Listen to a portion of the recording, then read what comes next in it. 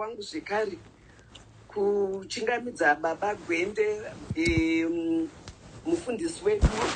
Havadi introduction baba Gwende. Kana vasingazivi baba Gwende vari kuno kuCanada, kuManitoba, kuWinnipeg, ndokwavanoshumira vari. Saka vauya nhasi netheme yavo inoti change your thinking, Shandura Mafungiro. Saka baba Gwende tinokuchingamidzai namai paplatform ino kuti nguva yenyu kuti mutitaurire kukandura sei mafungiro edu mazvita. Kana mada kuti zviverengwa zviverengwe, munozongoudza vaverengi kana nguva yamunenge muchida kuti zviverengwe mazvita. Tinotenda dai zvaigona vaverengi vatotanga vaverenga. Amen. Verengi. Oh, sorry. Verenga pamusoro ibaba nesangano dzvene. Ngaindiverenge chiverengwa chekutanga chiri kubva kuna Proverbs 4 zvirevo 4 baba verse 23 to 27. Ndichatanga kuverenga. Pamusoro pazvo zvose chengetedza moyo wako, nokuti ndicho chitubu choupenyu. Bvisa zvinotsausa pamuromo wako. Kutaura kwakaora ngakuve kure nemiromo yako. Meso ako ngaatarire mberi bedzi. Ramba wakatarira mberi kwako. Gadzirira tsoka dzako, gwara ugofamba munzira dzakasimba chete. Usatsaukira kurudyi kana kuruboshwe. Chengetedza rutsoka rwako kuti rusaende pane zvakaipa. Apa ndo panoperera chiverengwa chedu chekutanga. Amen. Amen. Then chiverengwa chechipiri tiri kuchiwana kubva kuna Philippians 4 kubva paverse 8 kusvika pa9. VaFiripi 4 kubva paverse 8 kusvika pa9. Ndichatanga kuverenga. Pakupedzisira hama, ndinoti kwamuri, fungai pamusoro pezvinhu izvi zvose zvechokwadi, zvose zvinokudzwa, zvose zvakarurama, zvose zvakachena, zvose zvinodikanwa, zvose zvinoyevedza. Kana paine chinhu chakaisvonaka kana chinorumbidzwa, fungai pamusoro pezvinhu izvi zvakadai. Zvinhu zvipi zvazvo zvamakadzidza kana zvamakagamuchira kana zvamakanzwa kubva kwandiri kana zvamakaona mandiri, itai izvozvo, uye Mwari worugare ngaave nemi. Amen. Ndo panopera chiverengwa chedu chechipiri. Amen. Amen. Tenda Mwari. Mazvita toda kutendai nekuverenga kwakanaka nekuimba zvakare kwakanaka. Ndinodavira ndiri kunzwika zvakanaka naye. Amen. Aha. Right. Muimbi aimba akati chokwadi zita raJesu rakanakisisa. Runyaradzo zita raJesu runyaradzo kumaKristu. Zita irori rinodzinga kutya. I've been reflecting on this hymn for quite some time, and it has become the hymn of the week for me. Each week I have a hymn or song of the week. No, this is a song that should mean something to you. So, zita raJesu runyaradzo kumaKristu uye rinodzinga kutya kwese. We will understand very soon kuti zviri kurevei uye zviri kupinda papi hymn iyoyi pane mashoko atichataura nezvawo nhasi ekuti shandura mafungiro ako, change your thinking, revolutionize your life. Now, vadikani nyasha netsitsi dzatenzi ngadzive nesu manheru ano. Ndinonamata manheru ano kuti Kristu apfuurire mberi ari mambo nomukwanisi upenyu hwedu. And my prayer line, I pray that God transforms our lives and God changes us for the better. Zvisangopere pasina kungouya pano a day, but mindset isiri kushandura. We want to continue to pray kuti Mwari vatitungamirire, Mwari vapfuurire mberi nesu. And this is another day that the Lord has made. And by the mercies of God, we have managed to see the beginning and the end of this day. Hakusi kugona kwedu vadikani kuti tikwanise kuona zuva richikuda kusvika zuva richidoka. Kune avo vanotenda, ukaona watenderwa kuona mangwanani nemanheru ezuva rimwe chete, zvinoreva kuti pane nyasha dzedenga dzinenge dzaduruka. Hakuzi kuchenjera, hakuzi kugona kunzvenga tsaona, asi nyasha dzakaringana. In other words, grace is sufficient. Kana Mwari vatikundisa kuti tikwanise kuita izvi zvatiri kuita panapa, tikwanise kunyengetera pamwe chete munzvimbo ine zvimhingamupini zvakawanda. And you get the opportunity and the time to be here uchinamata Mwari.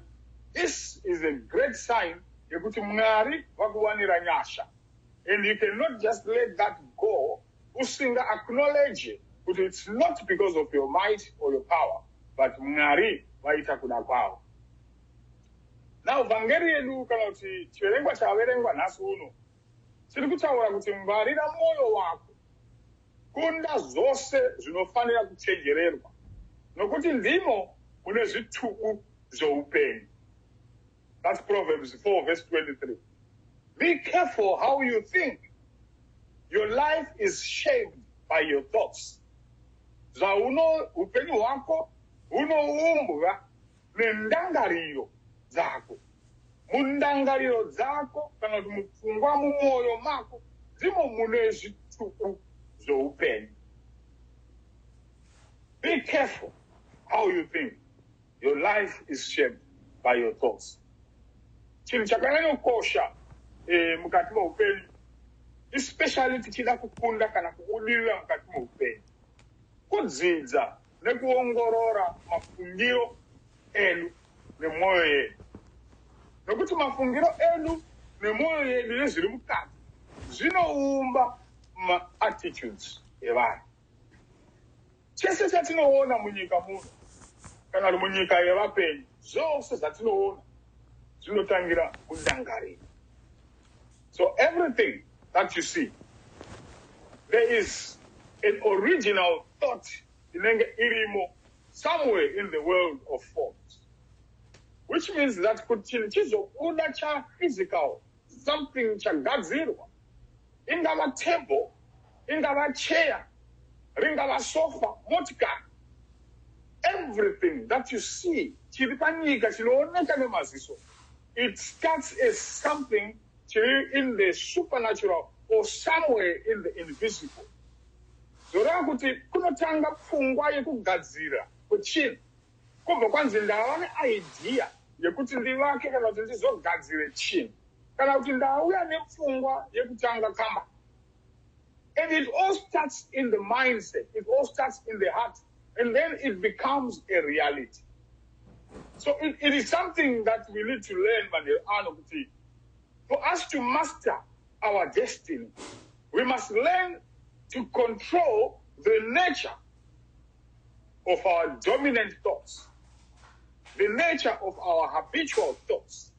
Patinofunga, nezvinonyanya mfungwa dzedu zvinoda kuti zvicontrolewe kana kuti zvingwarirwe, because the conscious human mind is capable of doing great good. Funga dzemunhu idzi, mind yemunhu, mwoyo wemunhu unogona chaizvo kuita zvinhu zvakanaka, kana kuti unogona kubuditsawo futi zvinhu zvakashata. Saka zvinoda kuti munhu ange achinzvera nekukwanisa kudifferentiata, nekukwanisa kuziva kuti what is it that helps me to become a better human being. But zvese zvinobva mundangariro dzemunhu. Our mind is the builder, and that which we think upon may become misery or miracles.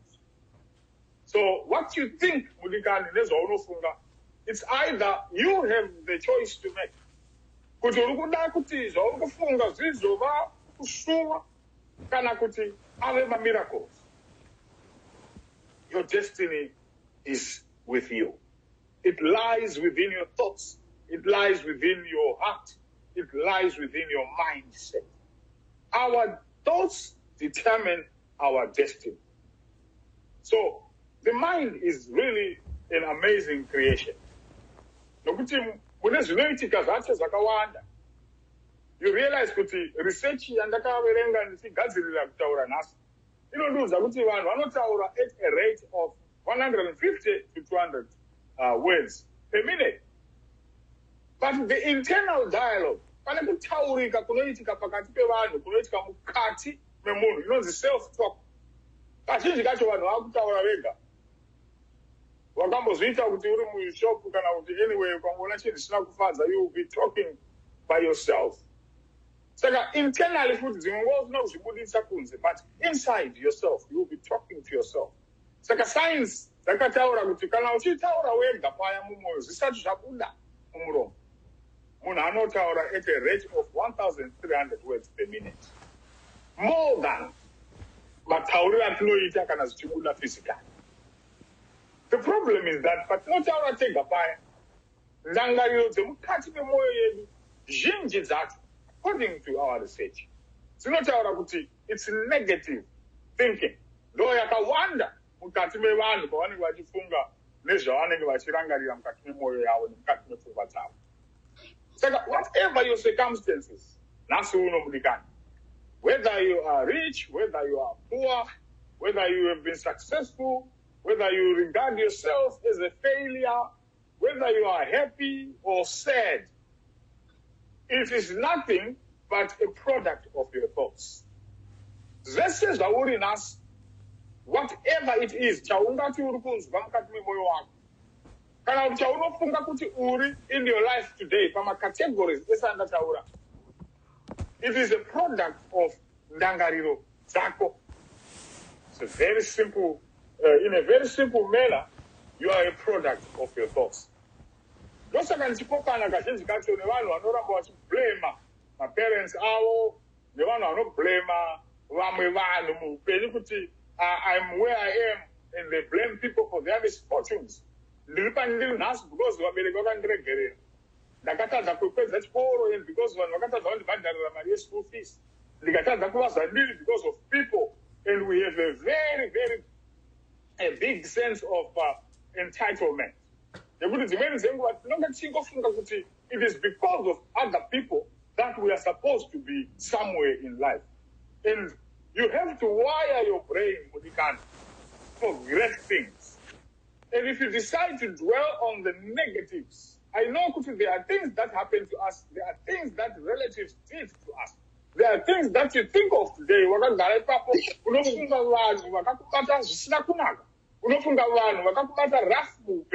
But sometimes if you decide to dwell there, if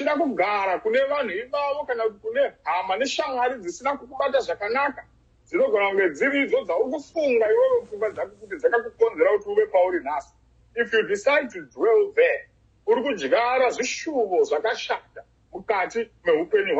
especially if you have nobody in your family who has made it to a certain level, you don't say hakuna munhu akambochata, therefore andichakwanisi kuchata ini because kumuri asati zvaitwa.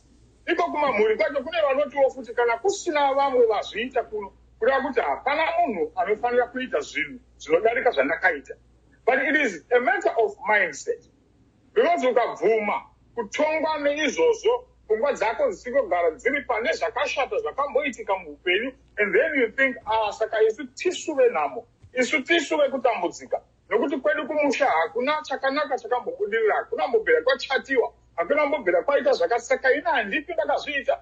It is what you want chinoitika muupenyu hwako.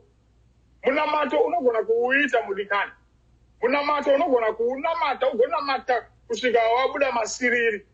But as long as mindset yako is still wired for greatness, as long as you do not have the guts to make a step, a bold step of faith, and that step tangira mundangariro dzako, you will not, I have to make a decision, I want to do this, and then you decide to do something, and sometimes when you decide to do something, when you decide to change your mindset, you may even surpass the generational level. Unogona kunarika pakasvikwa nevamwe vanofunga kuti hapasvikwe, because wachinja mindset yako and wabvisa pfungwa dzekuti hazvishandi ukaisa pfungwa dzekuti zvinoshanda ende zvinototi zviite. naJesu tinogona, naJesu tinopfuura, naJesu tinokunda. It's about deciding. Fill your mind mudikani negreatness neukuru, even when you are going through hell. Tinoita kuti tipfuure nepamupata womumvuri werufu. Haisi nyaya yekuti tinogona stereki, but inyaya yekuti tinozviudza isusu mumwiri yedu nemundangariro kuti tinokunda uye tinopfuura ipapo pari kutyisa. Amen and amen. Unoziva kuti I will go through this because Mwari vaneni mune zvese zvandiri kubata. Unopfuura nemupata womumvuri werufu panotyisa kudaro. Pauri kuona kuti pane rufu pamberi, but we conquer because unozviudza wega mukati mehana yako kuti I am not a kundikani. Handisi munhu anokundikana ini, asi ndiri munhu anogona. Unoramba kuti handisi muswe ini, ndiri musoro. Unobvaramba wega kuti I was born to be a conqueror. We are more than conquerors. It is something that you create, it's something that you have within you. Mweya wokuramba defeat. Kuti hazviite dzinoda kuti ndikunde no matter what, no matter the circumstances. So you become what you think about. You become what you think about. Zvaunofunga ndo zvauchava. Saka Jobu anotaura achiti kuna Job 9:20. Kunyangwe ndisina mhosva, muromo wangu ini unondipa mhosva.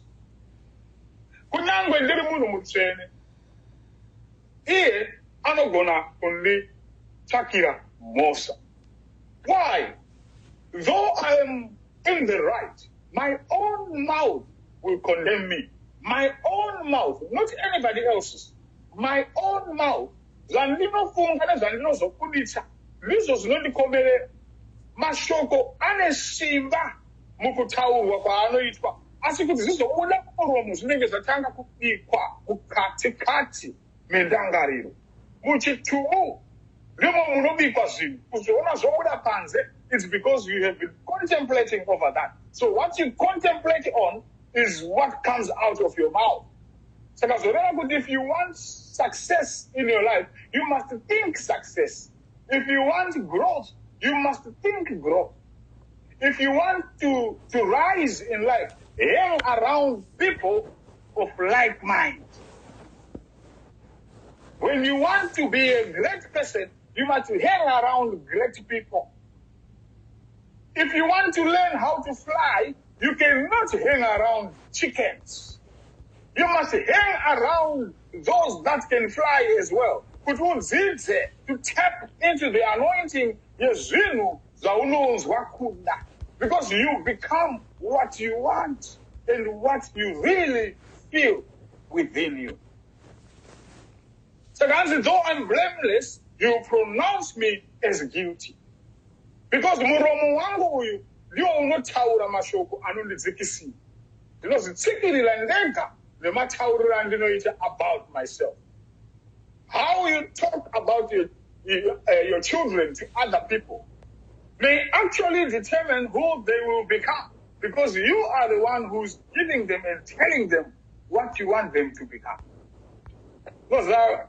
Pacho kana uchitsiura chako so unoziva kashoma kunzwa munhu anotsiura mwana achimuudza kunongoti zvitofore munhu zvidhanda idzi zvitofo ende munhu iye anongofunga kuti ndizvozvo zvandinongoudzwa ende anodyara pfungwa idzodzo.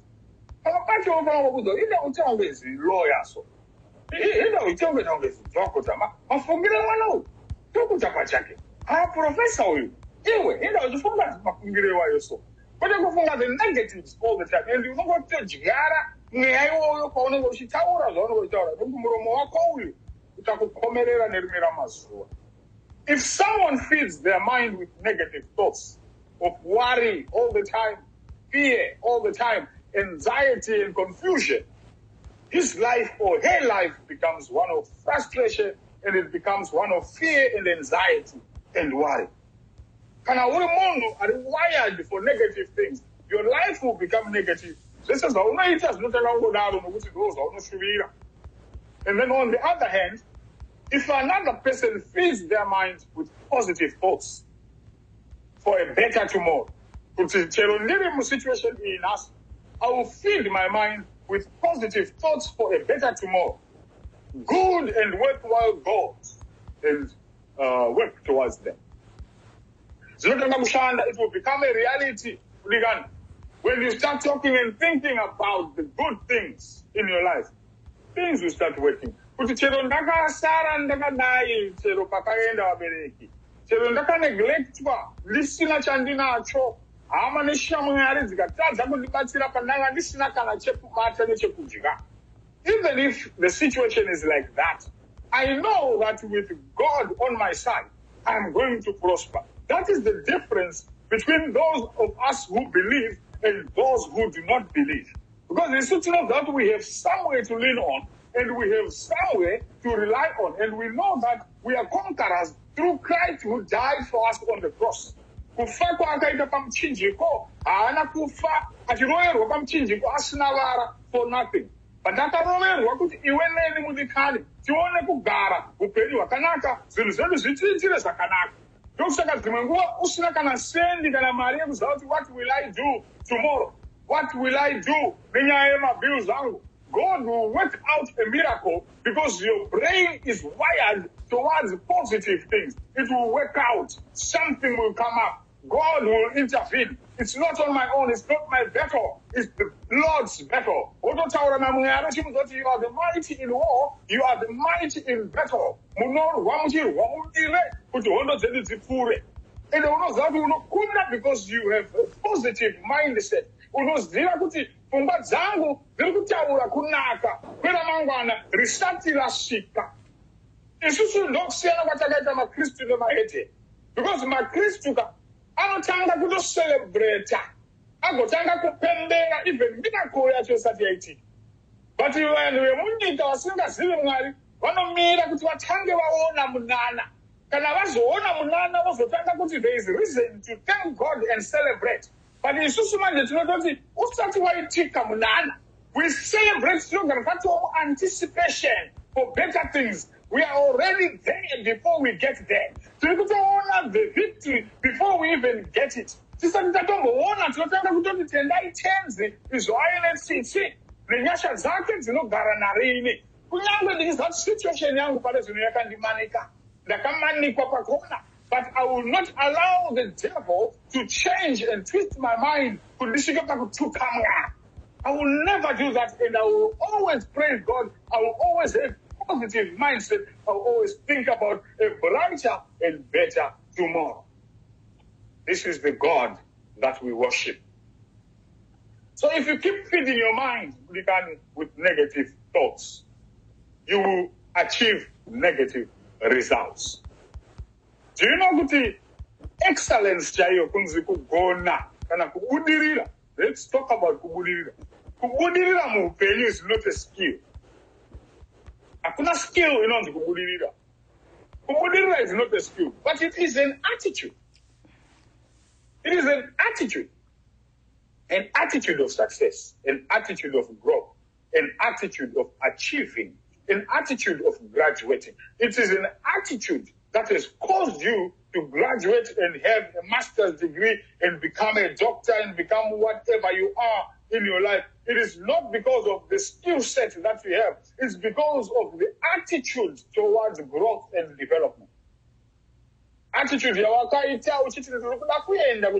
to make it, I want to finish, I want to do this, I want to start this organization, I want to make sure it thrives. It is an attitude, it's not about the skills.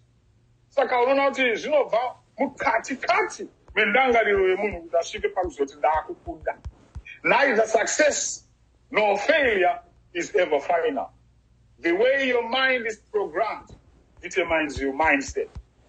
And your mindset determines your character, which has an overwhelming impact on our attitude. Saka kukunda nekubudirira mubupenyu bulikano, it's about the attitude that you have towards life. Pane munyora anonzi William James. Akambonyaura mashoko akati, the greatest discovery of my generation is that human beings can alter their lives by altering their attitude of mind. Attitude. So, to get what you want in life, no matter your circumstances, if you want to get what you want in life, change the way you are by simply changing the way you think.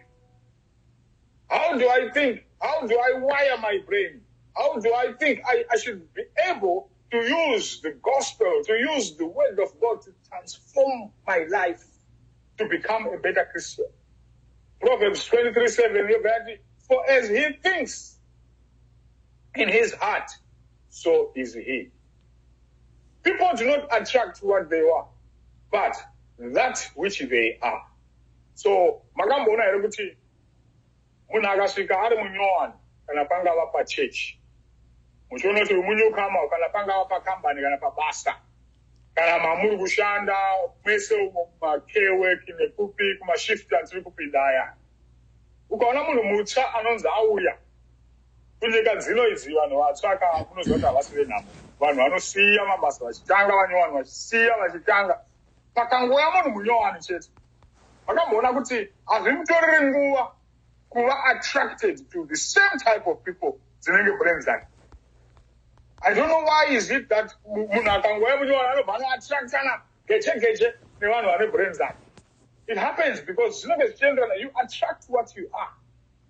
And sometimes when it is the wrong group that you've gone to, unoona kuti ushamwari hwacho haulasti for a long time because you have attracted the wrong person. This person is not like me. We don't click. We are not compatible. And when you attract the person that is not like you, unoona kuti ushamwari hwacho ndowe kumanikidzira zvinenge takuforsa zvinenge zvekuita ginyaso zvisiri zvefair rudo ruri genuine haruoneki pane zveforce, but it's really genuine, so it's just natural. It flows. And zvinongoendeka mwari vachiramba vachingodurura zvinhu zvichingofamba, and unoona kuti whatever it is that you do, you attract the same people just as you are.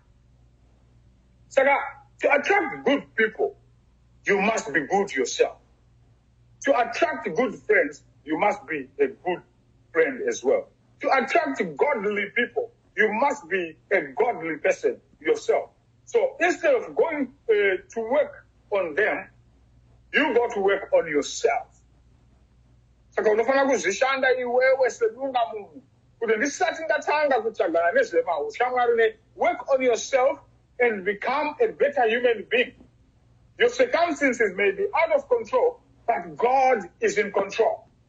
Even if your situation is unbearable right now, God controls everything. And your thoughts will help. God will help you to shape your thoughts so that your thoughts can make you become the person that God wants you to be. So, ukaona uchibuditswa kumagrupu eWhatsApp kana ezvimwe zvinhu, it means you are not attractive to that particular constituency. So don't be angry kuti ndabuditswa ndasettludwa handina kuinkludwa pane chinhu chakati nechakati. You are not part of that. You are just a person arikudawo kutsvaga like-minded people. And you need to just work on yourself, build a relationship with God, and God will find people that attract your own personality. Saka unoona kuti dzimweni dzenguva ukapinda mushopu uchitenga bhutsu, unogona kufunga bhutsu ye300 zviri kudhura. Why? Because dzimwe nguva hauna mari ye300. And then wozoona ye12 kana $15 over ndo bhutsu manje. And then you buy bhutsu ye$15 uchifunga kuti ndiyo. Iyo yasiyiwa ye300 yarambwa iyo. Haina kurambirwa kuti haisi bhutsu. Yarambirwa kuti it's too expensive for your taste. Saka ukaona wa reject sometimes in life because of your personality, because of who you are. Sometimes it doesn't mean that you are a bad person. It simply means you are more expensive for other people's taste. If you take that in a positive direction, suppose you told in a positive sense, also not a negativity. But, oh, I've been neglected, I've been secluded. Oh, there must be something good happening to my life. I'm not a bad person after all. And you must know that whatever if you are not satisfied with your present circumstances in your life, you want to change it, you need to change your thoughts first. Amen and amen. Think and act like the person that you want to become. You must think and act like the person that you want to become. Before you can do something, you first must be something. You will be something before you can do something. I like this type of friends. I want this type of person. I like this. Transformation in our lives comes when we allow God's word to change our thinking. So how do we do that? It is a principle of replacement. The Bible says, fix your thoughts on what is true and good and right. Fix your thoughts on those things. Think about all you can. You can, and thank God for who you are, and be glad about who you can become. So let's use this principle. Replace the thoughts godly, and replace them with the godly values. Become a person of value. Don't become a person of success, a person of riches, a person of wealth. Be a person of value.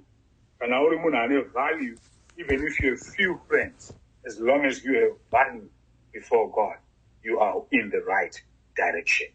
Let us change our thoughts, let us change our thinking so that we can become better people tomorrow. Amen. Hallelujah.